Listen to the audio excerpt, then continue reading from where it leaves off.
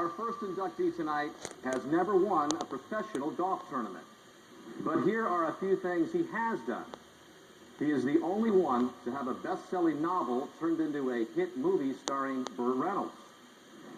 He has profiled the winners of major championships all the way from the 1951 U.S. Open to the present-day 2012 Masters. And he is the only inductee tonight hailing from the home of Ben Hogan, Byron Nelson, and Sandra Haney, and that would be Fort Worth, Texas. Presenting Dan Jenkins tonight is his good friend and editor for more than 20 years, the chairman and editor-in-chief of Golf Digest, Mr. Jerry Tardy.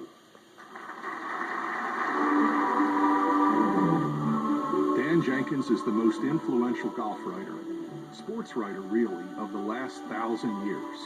We all grew up reading him. 3 generations tried writing like him. He invented the language of golf. Semi-tough, chicken fried with cream gravy, hold the sushi. No coincidence it had a Texas accent. His best-selling books celebrated America's greatest golf holes, were dead solid perfect at the movies, and made us realize we were the doggedest victims of them all.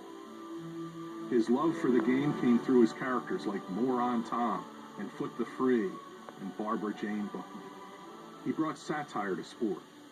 There's nobody like Dan who could take you inside the 99 Ryder Cup locker room where Captain Crenshaw said, "I'm a great believer in fate. Fate's going to take care of us."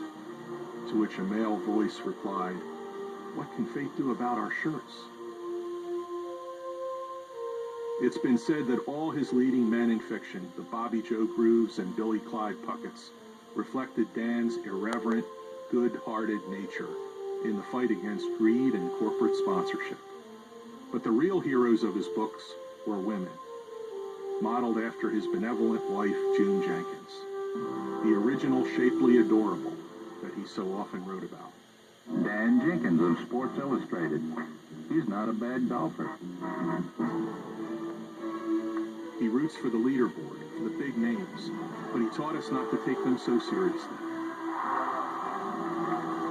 After the '96 Masters, when Greg Norman said he could have been a brain surgeon if he just took the time to study medicine, Jenkins wrote, "Maybe so, but he wouldn't operate on this cowboy.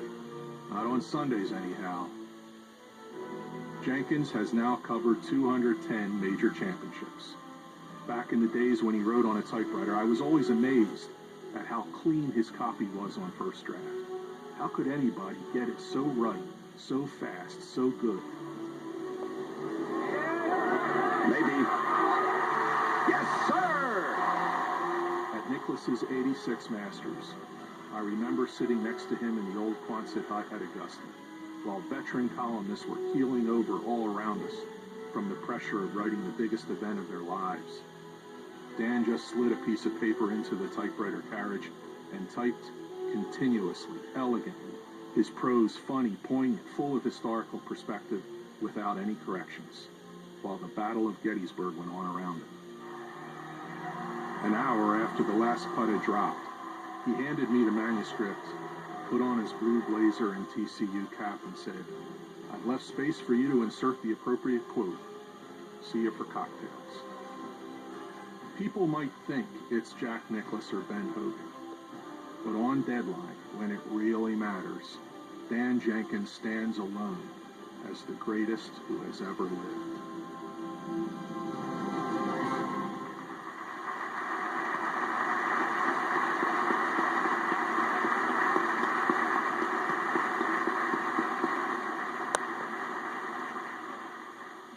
Ladies and gentlemen, golf's most influential writer, who made us laugh even when it hurt, especially when it hurt, Mr. Dan Jenkins.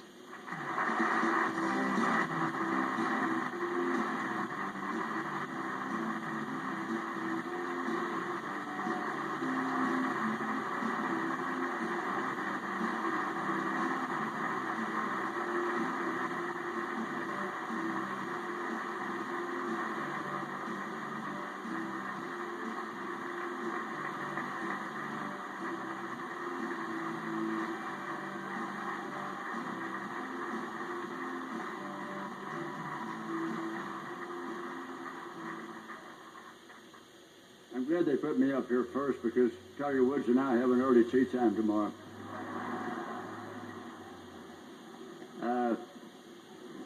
I really enjoyed that video. I thought it was great, and it was perfectly accurate.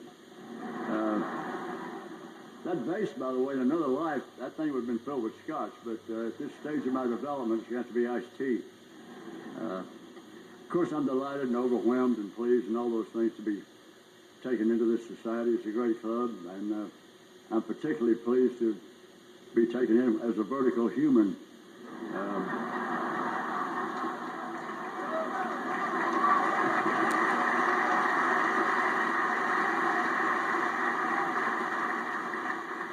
I may be the first guy that ever did that.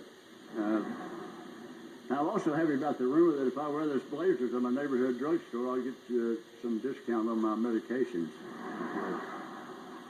Well, the first person I want to thank, quite serious, is that everything I've had that's been good in my life has come to me through the incomparable June Jenkins.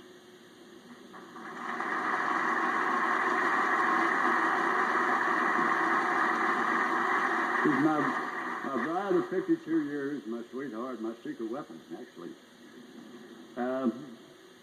I need to thank an awful lot of people here, and I'll try to do it as quick as I can. But first I want to start with thanking my kids for being here. My entrepreneurial sons, Marty and Danny, and my successful prize-winning sports columnist for the Washington Post, Sally Jenkins. She and I agree that she's been the best writer in the family for several years now. I also want to thank all my friends who came here from Fort Worth and Colonial and Shady Oaks and New York and Boston and even some from Ponte Vedra, and probably a few strangers that I bought drinks for, the Lanes and E.J. Clark's in New York, who became their best friend. I have to thank Dean Beeman and Tim Fincham, two great commissioners who got this thing built, got this whole World of Golf Village done. It was a marvelous idea and a tremendous undertaking. And they will be thanked several times tonight, but I want to be the first to do it because, first of all, I don't know how they did it, but they did, and it's going to keep on growing. Now, I have to tell you that if you're a writer, famous fleeting. A few years ago at Atlanta Airport, this guy came up to me and said, "I know you." And I said, "I don't think so." And he said, no, I've seen you. Why do I know you? I said, "I'm just a guy catching an airplane." He said, no, I know you. I've seen you somewhere. Who are you? And I said, well, I thought he'd maybe see me on television playing a book or something. I said, well, I'm a guy who writes for a national sports magazine, and I've written 4 or 5 bestsellers. And he said, well, you don't have to be sarcastic.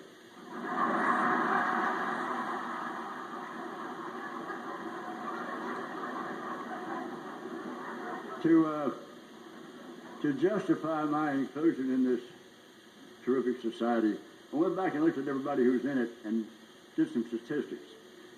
It turns out that I have known 95 of these people when they were living. I've written stories about 73 of them.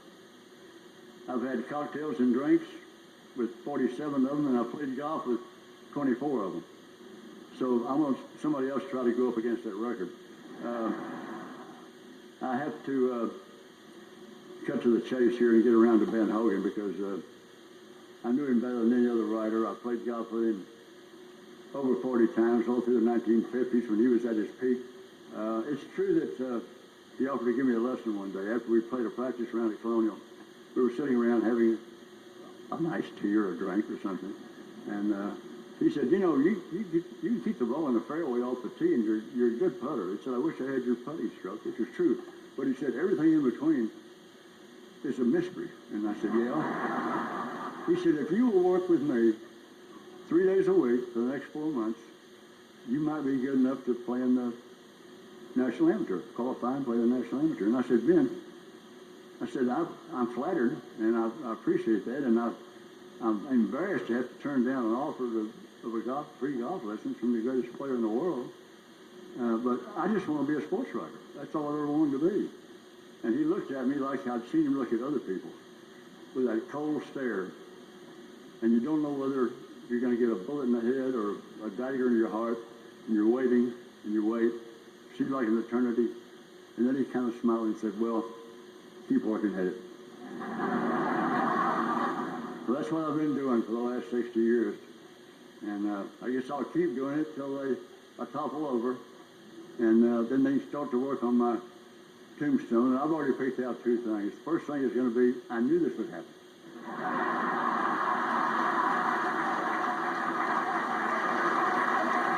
And, well, I got a better one. The better one is, you guys hold it down here. I'm off to the next great adventure. Thank y'all.